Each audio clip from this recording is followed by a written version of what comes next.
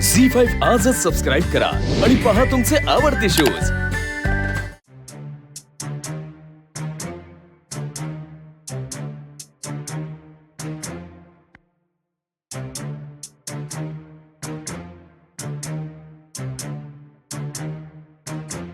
काय रे, असा एकटा का बसलास?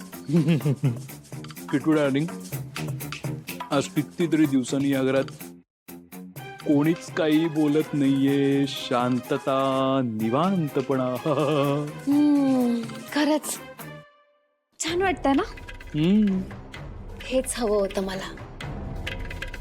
हे सगळं शिवामुळे घडतंय हे दाखवायचंय सगळ्यांना। पण ते कसं दाखवणार? आज बघितलं नाहीस आई काकूला कशी बोलली ते?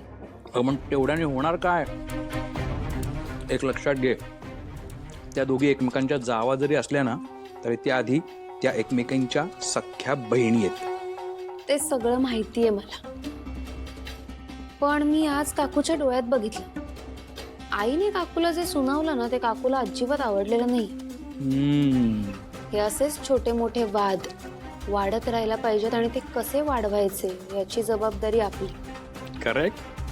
म्हणजे कसं प्रत्येक वेळी आपल्या बाजूने कोणीतरी असेल। आता ना तू माझ्यासारखा विचार करायला लागला, स्मार्ट। वाढणे पण गुण लागला म्हणतात ना। सुहास, हे सगळं ना असंच घडत राहायला पाहिजे। म्हणजे बघ ना, आज सगळं घडलं, घडवलं कोणी? आपण। पण कळलं का कुणाला?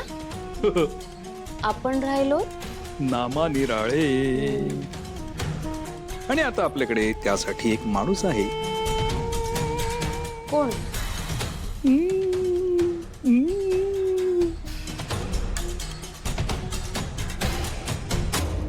बाबा प्लीज। संपदा, मला काहीही बोलायचं नाहीये। आता सगळं सॉल्व्ह झालंय ना, मग आता कशाला भांडताय तुम्ही दोघं?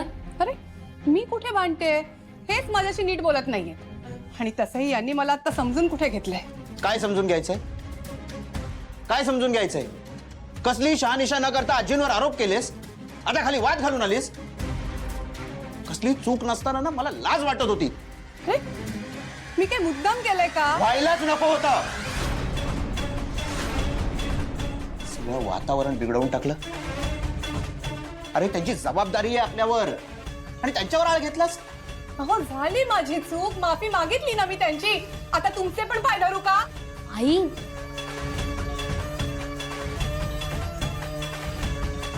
उर्मिला,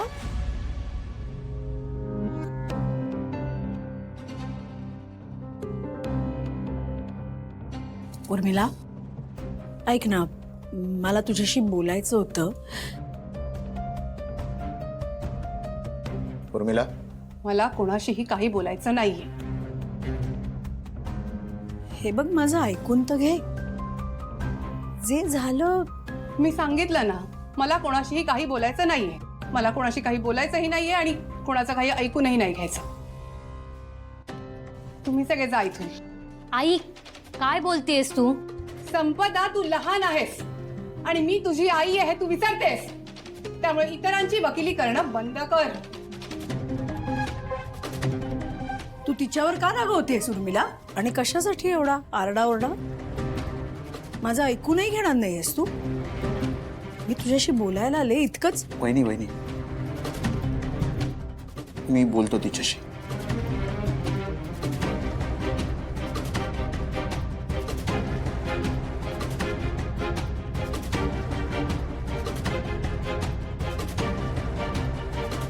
या।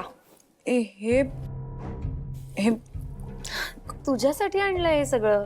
सगळं संपवायचं आणि ज्यूस पण प्यायचा। आता तू काळजी घेतली पाहिजेस ना स्वतःची। आज काही न सांगता तू हे आणलेस?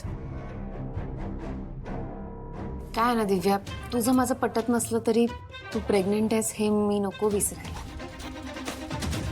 आणि जे घडलं त्याच्यावर मी विचार केला, माझं खरंच चुकलंय आणि तू बरोबर बोलत होतीस। आणि काकूने पण ना असा आजीवर डायरेक्ट आरोप नव्हता केला पाहिजे। तू पण केलाच ना? हो मी केला, पण माझं कारण वेगळं होतं।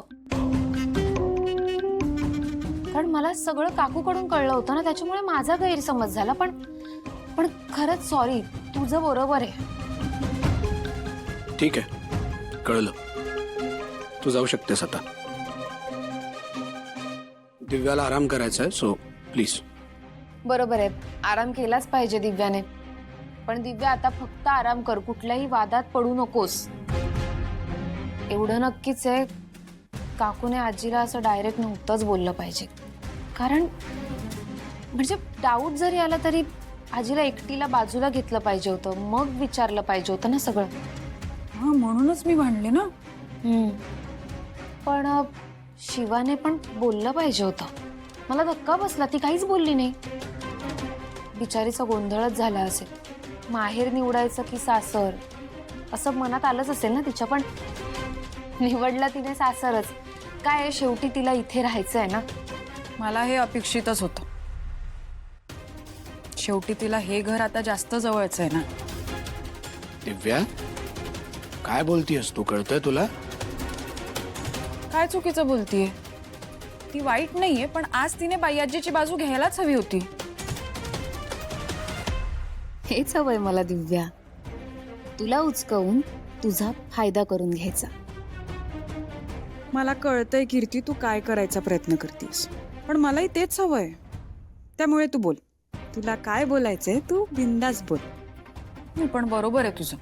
मला तुझं म्हणणं पटतंय. पण मला नाही पटत आहे. तू बोल ग. त्याला कळत नाही काय बरोबर आहे आणि काय चुकीचं.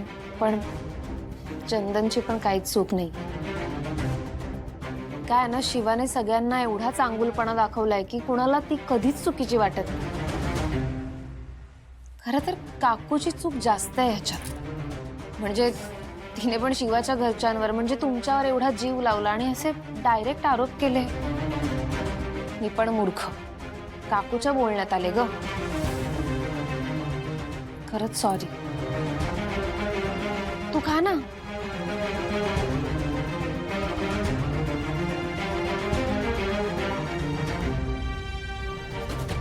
आई, बरं वाटतंय ना आता?